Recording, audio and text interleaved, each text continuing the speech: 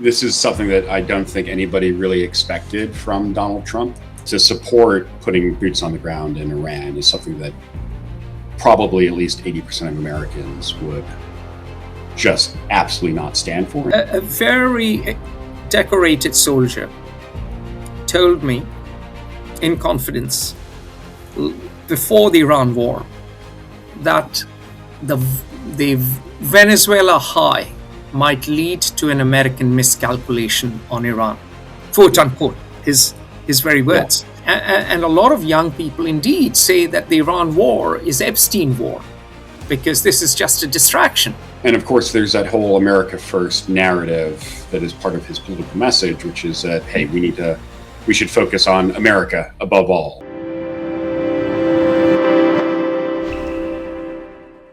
Welcome to FO Talks. With me is Evan Munsing. He's been with us on this show before.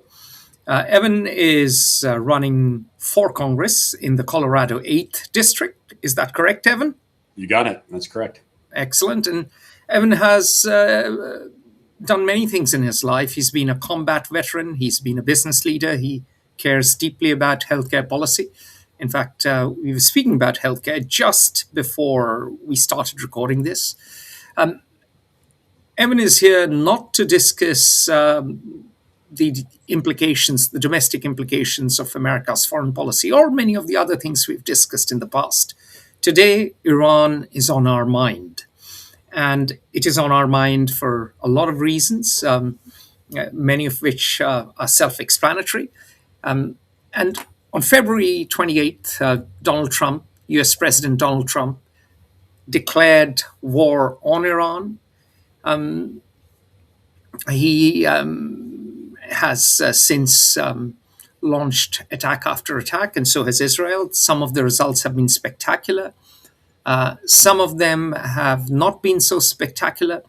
Evan, you're campaigning at the moment. You're meeting tons of people. What are Americans in Colorado talking about the war? Yeah, so I think the first thing is just shock. Kind of across the political spectrum, this is something that I don't think anybody really expected from Donald Trump. I see. And why not? Why not?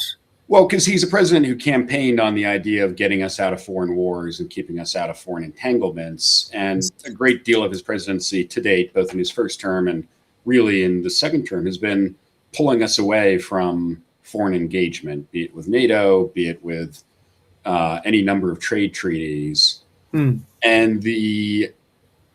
of course, there's that whole America First narrative that is part of his political message, which is that, hey, we should focus on America above all. Yeah. And that means staying in the Western Hemisphere. He put that out in the national security strategy. So I don't think anyone was expecting Donald Trump to launch a war against Iran. And I happened to be driving, so that was a Saturday morning, and I had an early breakfast meeting with a group of veterans in the northern part of my district.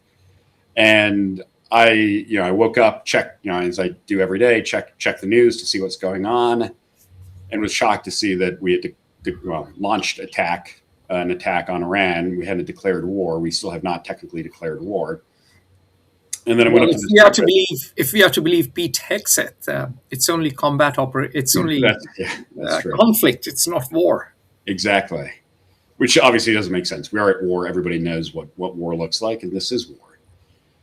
And so I went up to this breakfast event, 7:30 a.m., group of pretty conservative veterans, and a lot of them hadn't heard the news yet. And so, we're talking about politics, and I said, so what do you guys think about this war in Iran that just started?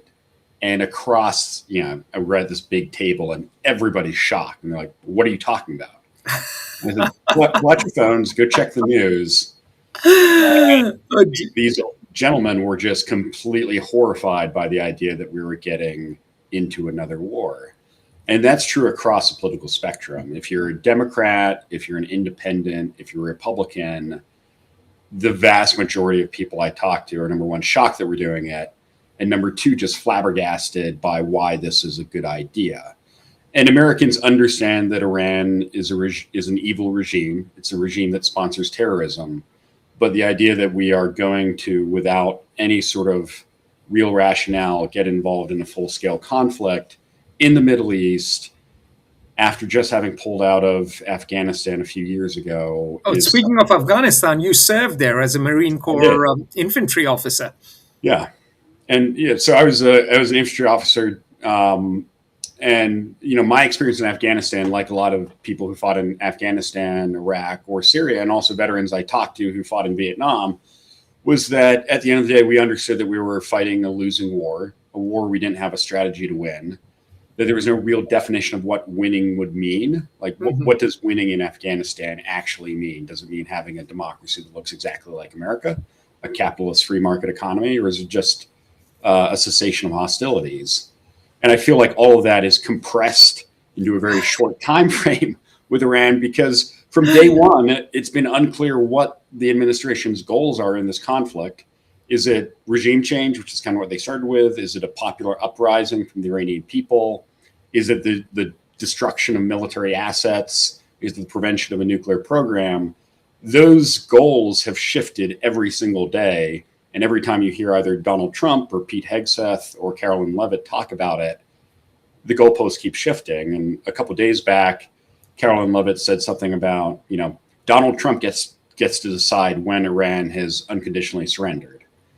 And that's obviously... Just to stop you, those who don't follow the news all the time, tell them, who is this wonderful lady? Oh, yes. So Carolyn Levitt is the White House press secretary. So she's effectively Donald Trump's mouthpiece, which also means that she often has to do verbal gymnastics to cover up for things that Donald Trump has said. So earlier this week, Donald Trump was saying, we're going to achieve unconditional surrender in Iran, which was a big departure from anything he'd said before, because this effectively means that the Iranian regime has to capitulate with no conditions. And then earlier, or just a few days ago, Carolyn Levitt took that and said, well, Donald Trump gets to decide what unconditional surrender for the Iranians means. They don't have to say that they've surrendered. Donald Trump will decide when they've surrendered, which is obviously a ridiculous statement, because an enemy that does not believe they've defeated, they are defeated, will continue to fight. And the war doesn't just go away because Donald Trump decides he's no longer interested in pursuing the war. And then similar to that, all members of the administration who talk about this also on a daily basis change sort of how long they think the war will last. Is it 4 weeks? Is it 6 weeks? Is it until the war is done? Is it 2 or 3 days? And we've heard those timeframes come up as well. And then there's also this idea of putting ground troops into Iran, which is something that... Now, let me stop you. Let me stop you there. Yeah. Let me stop you right there. So this idea of ground troops, we've heard it from Donald Trump himself. We've heard it from Pete Hegseth.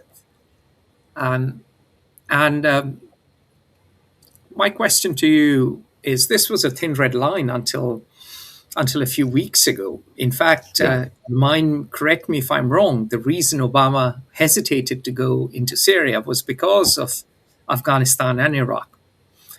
And so my question to you is, how probable do you think is the likelihood of putting ground troops in Iran? And what happens if the administration decides to put ground troops in Iran? And more importantly, how does that impact American politics? You're at the coal face of American politics, campaigning for office. So I wish I had a crystal ball and could look inside Donald Trump's brain and actually understand the logic behind some of these decisions. So it's hard for me to actually tell you whether or not what the probability is that we put ground troops into Iran. Like, I think it's very unlikely, because that truly is, that is magnitudes of more complexity and magnitudes of more risk that we would be taking on as a nation.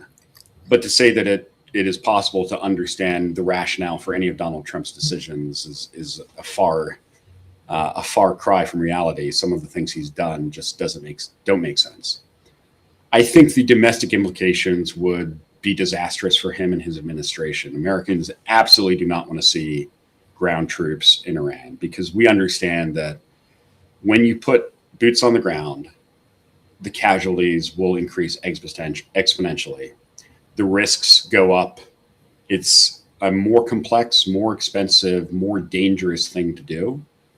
And I think that would be the death knell for certainly for Trump, but also probably for elements of the MAGA party. Because to support putting boots on the ground in Iran is something that probably at least 80% of Americans would just absolutely not stand for. And the proportion might even be higher. But I think this also comes back to what we were just talking about, which is this administration has no plan for what they're doing, and it changes on a day-to-day basis. And what I find particularly... Why? My question is why? I mean, we know it changes. You've mentioned they shift the goalposts constantly. You've said that Donald Trump changes his comments and his assertions about Iran and many other things constantly. My question to you is, why? Why did America intervene in Iran? Why now? And the reason I ask this is because a lot of scholars and indeed a lot of military men have also pointed out that technically America is not quite kosher right now when it comes to international law. Yeah. And in a broader sense, geopolitically, it's not exactly in American interest to go to war. Now, this is a point of view. I'm not endorsing or opposing that point of view. I'm asking you a question as to why do you think the administration went ahead despite a lot of military men thinking along these lines? So my personal belief is that Donald Trump is someone who likes to really test boundaries and push boundaries and see what he can get away with. Mm-hmm. And in his first administration, I think he bombed 7 countries.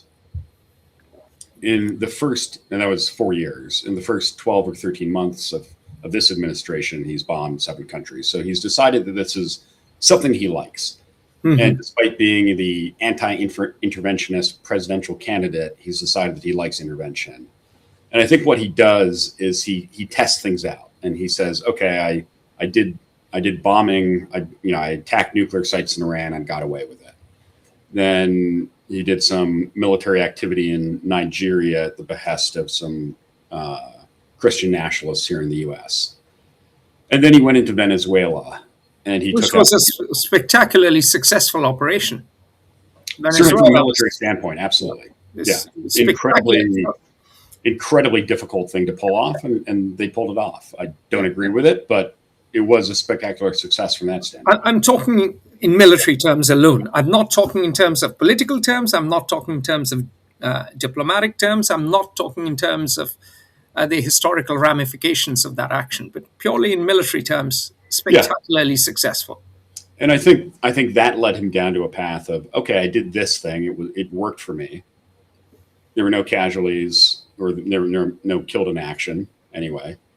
So I'll stop you. A very decorated soldier told me in confidence before the Iran war that the Venezuela high might lead to an American miscalculation on Iran, quote unquote, his very words. Yeah.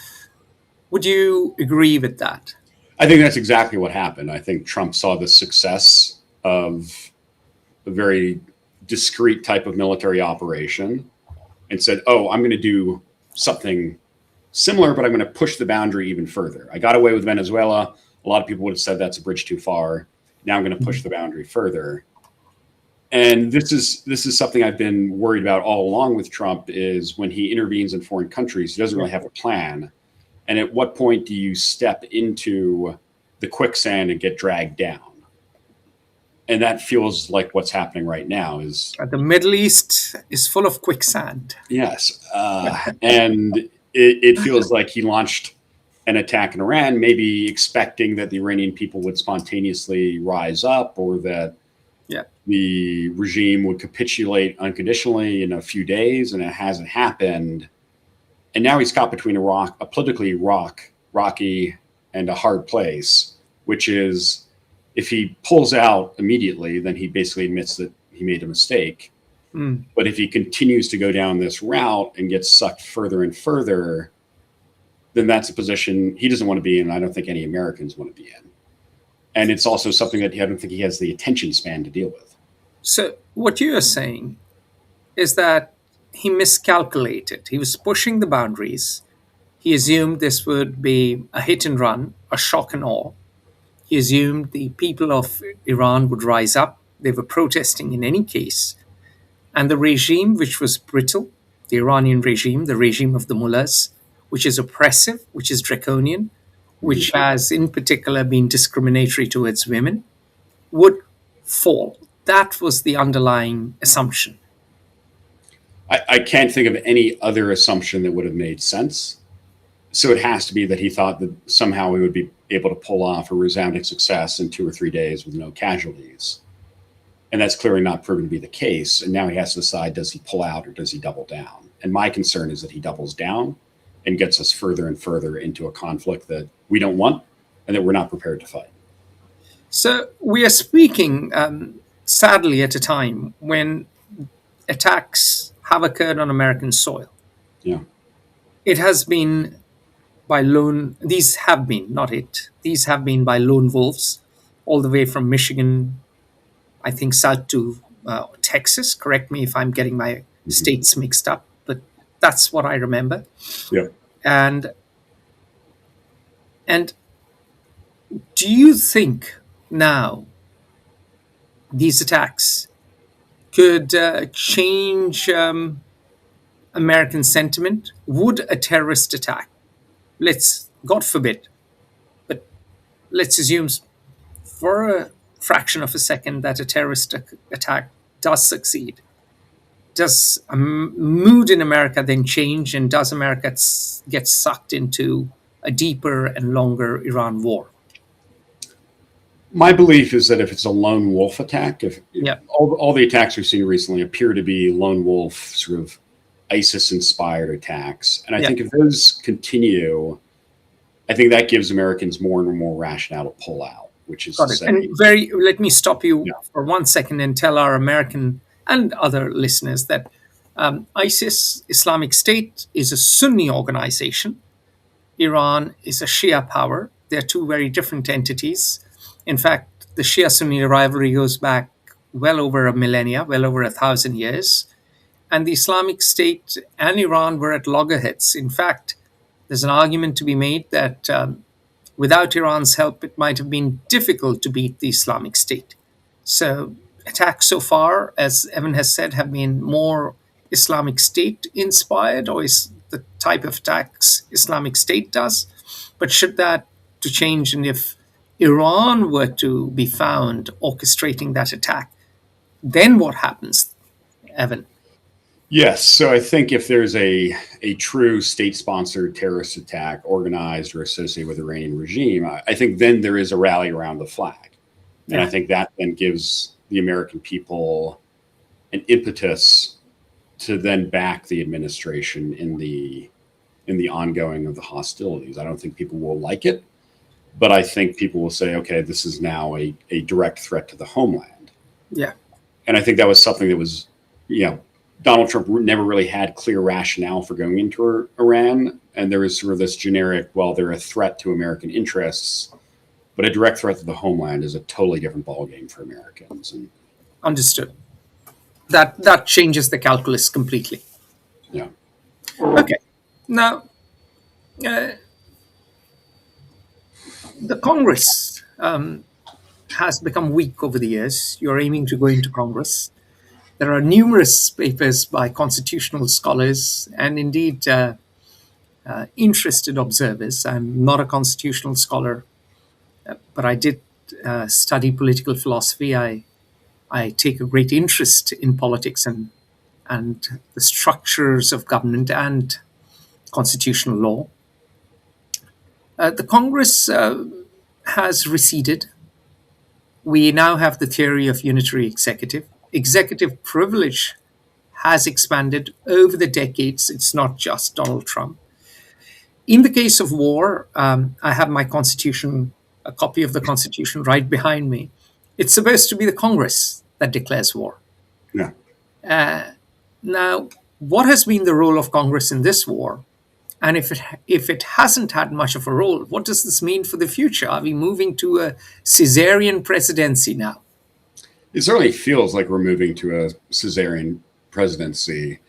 You've seen over decades, but really over the last 1 to 2 decades in particular, Congress basically stepping back and giving a tremendous amount of authority to the executive branch.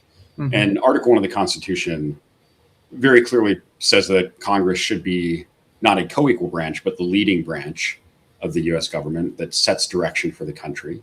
It gives it the clear power to declare war, to raise armies, and also to levy taxes. Indeed, I was coming to that. Power of the purse.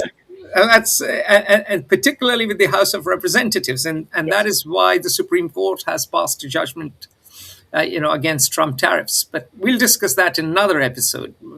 And I think there's a real lack of leadership in Congress, but also I think there are now a lot of people in Congress who do not actually want to do the job.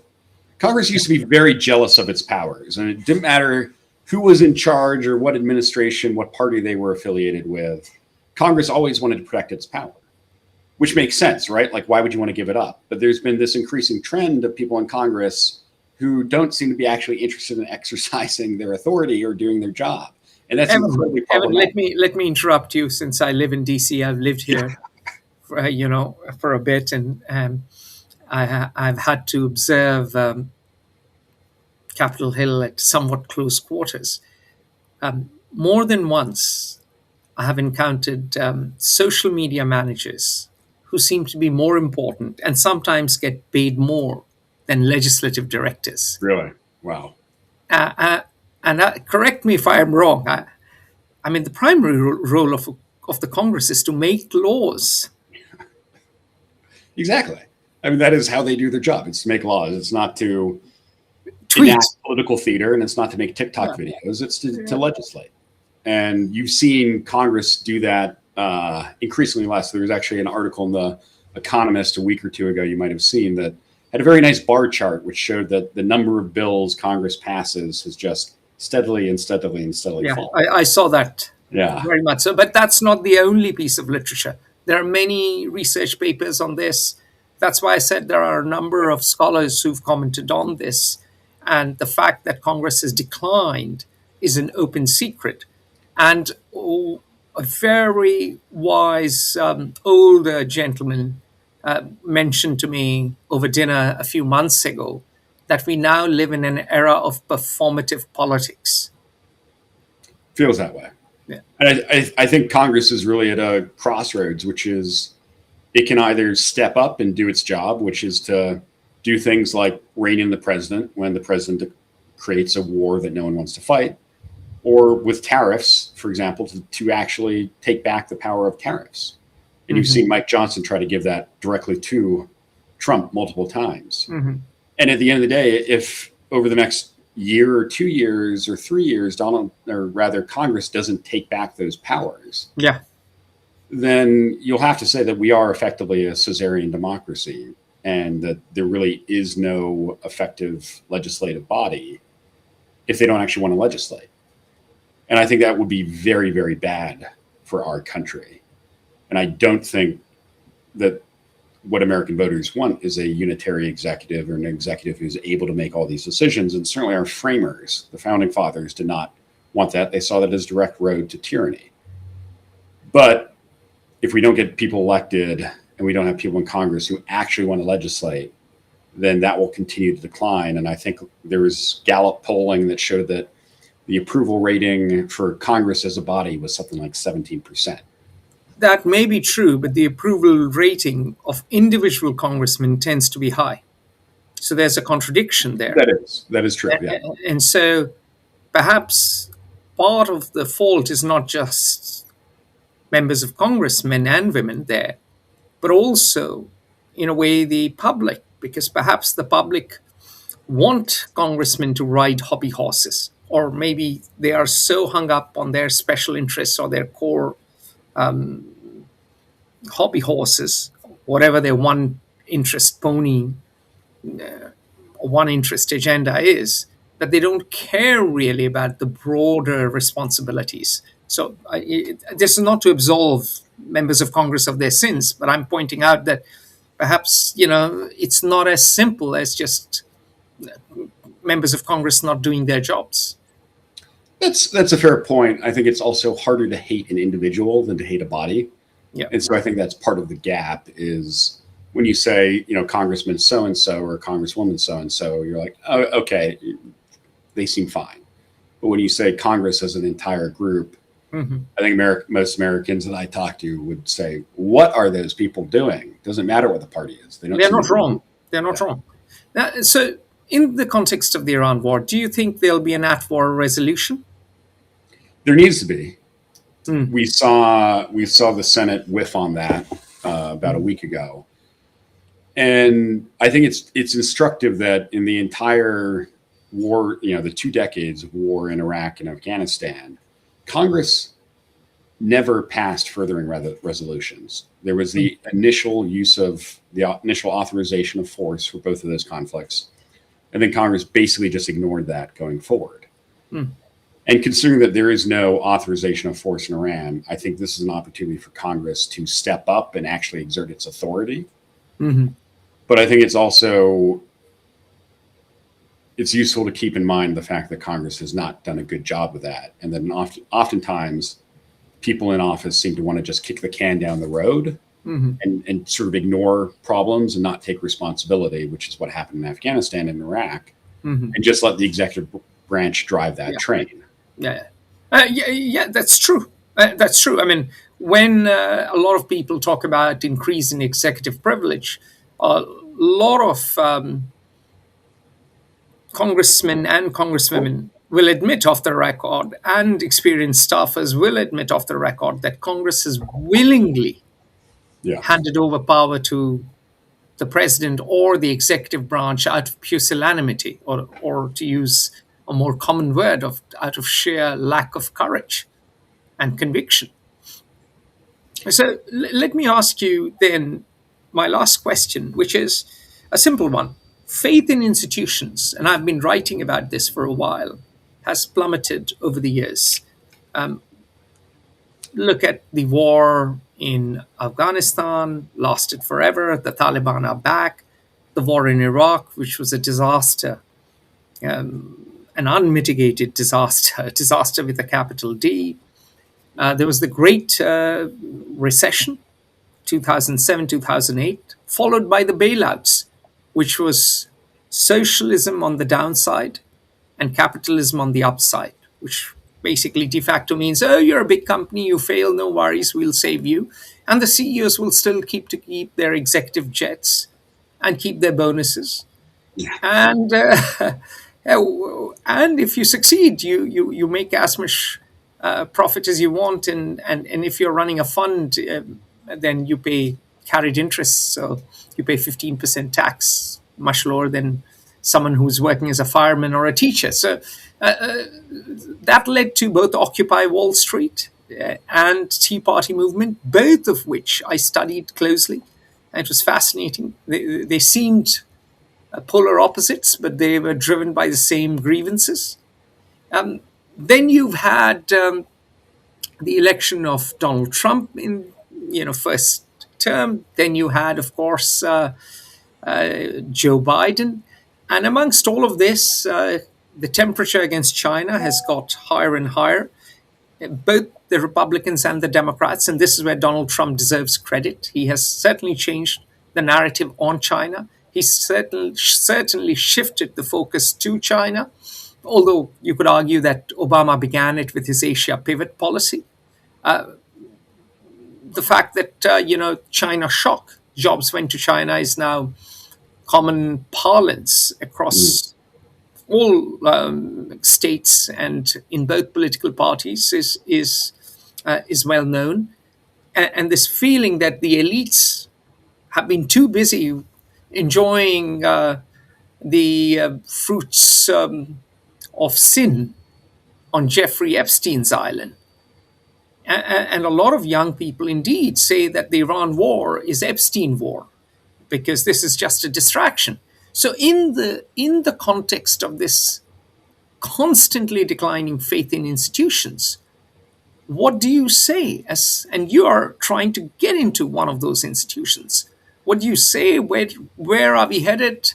What do we expect? So my fear with both Iran and Epstein is that Americans basically see this picture of, hold on, there is truly a set of laws for the 0.1%, and there's a set of laws for everybody else. And there are people on all sides of the political aisle who are involved in Epstein, everyone from Noam Chomsky to, Lutwick, the Commerce Secretary.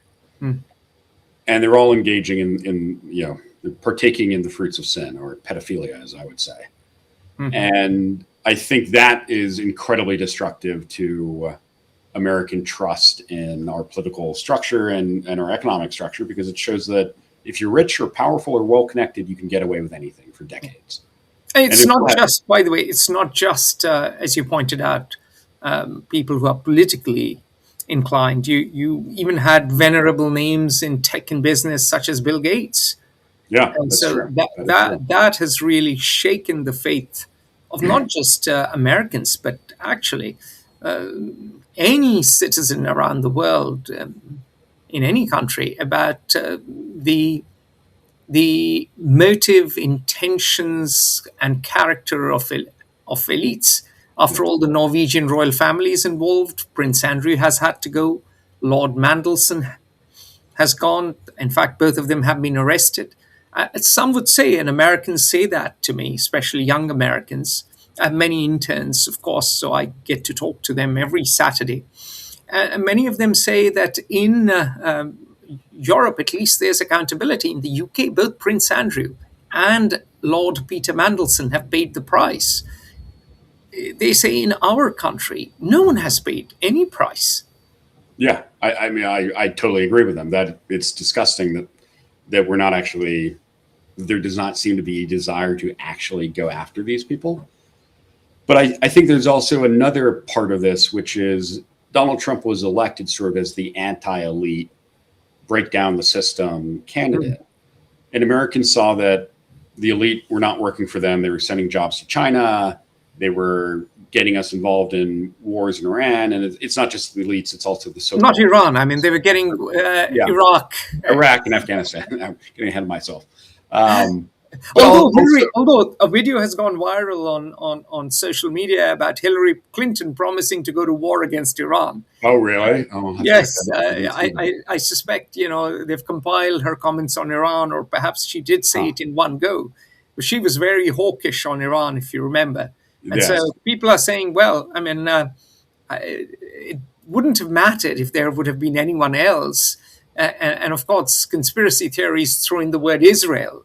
And they say it's Israel that has egged on America into its own war. So we are getting all kinds of narratives, from the Epstein war to Israel's war, which is not good for faith in the institutions, faith in Congress, and faith in the presidency.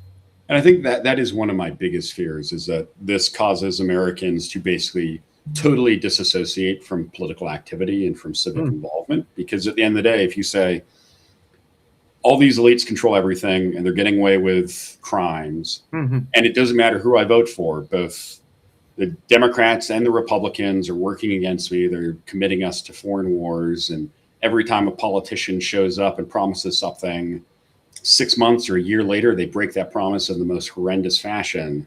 Then I think you're going to see Americans just steadily retreat further away from political life, from civic engagement, from community. And that is really could be a death knell for what it means to be an American country. Because if voters feel totally disenfranchised, then I think we're in for, that could be very dark, and it could lead to a worse version of Trump in the future, or it could just mean that Americans no longer actually want to participate in democracy, and both of those things are horrifying. How likely is that possibility? The system is rigged argument is quite popular amongst the young. It feels like it's getting more and more popular, because I talk to young voters. I also talk to people who are older who are also saying, this is folks into their 70s who are saying it feels like the system is so broken. The only thing to do now is to burn it down. Wow. So And you're hearing that on campaign trail. Oh, yes. And that to me is terrifying, because at the end of the day, we live in this house. We should fix the house rather than burn it down, because we need somewhere to live. Yeah. But if Americans are more and more willing to look for extreme options, because things within the norm, even though Donald Trump is not really within the norm, it's at least part of the process, close enough anyway, then I think there could be more and more extremism, more political violence, and also increased voter apathy. And none of those are good things. So let me end on a more positive note. Let me be American for a change. And let me ask you, what are the green shoots? What are the green shoots? That's a good question. No, people actually don't ask that. No one asks for the silver linings. No, we'll end on a positive note, because yes, this is the problem. So how do we solve it, or at least how do we try some solutions and see which one of them works? So give me some green shoots.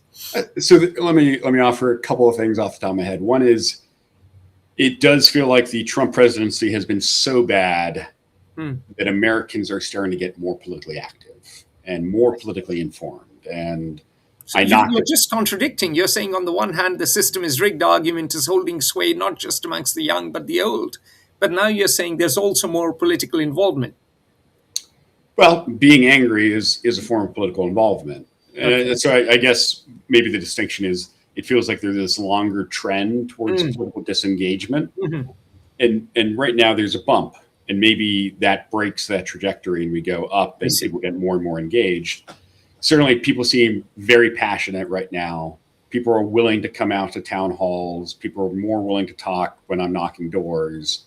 And so it does feel like people are so frustrated with what's going on that they are getting engaged. And part of then it really becomes like, can we get people elected off of that enthusiasm who are going to change the system, who are going to make life better for Americans? Yeah. So I think that's part of it.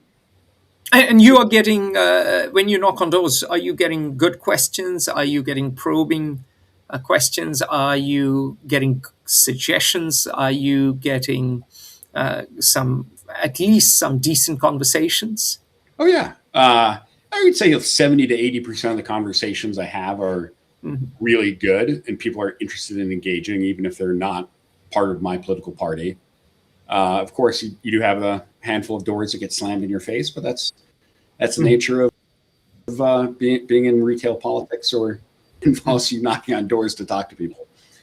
I think the other thing is, I do think because people are frustrated that there is more of an impetus on Congress to actually change. And I think you're starting to see people who are part of the political establishment say, oh, wow, actually, it might be in my self-interest to take more firm action, to really try to stand for something, to figure out what I can do to make the world better. Because at the end of the day, if I don't, I'm going to lose my job. Because now people are pushing forward challengers, and there's more of a groundswell of actual grassroots movement to get rid of some of the old guard in both parties. And to act and to legislate. Yeah. Legislate. I see. So those are the green shoots. So the outrage and then the public pressure on the Congress to act, those are the green shoots you foresee right now. I think so. Brilliant. Evan Munsing, always a pleasure to have you back on FO Talks. Come back. There are lots of issues to discuss, and we look forward to seeing you again. Those of you who've enjoyed this conversation, make sure you subscribe to our YouTube channel and press the bell icon for more videos. We'll be back with insightful conversations with interesting guests. Thank you. Thank you. Join the conversation at Fair Observer and subscribe to our YouTube channel.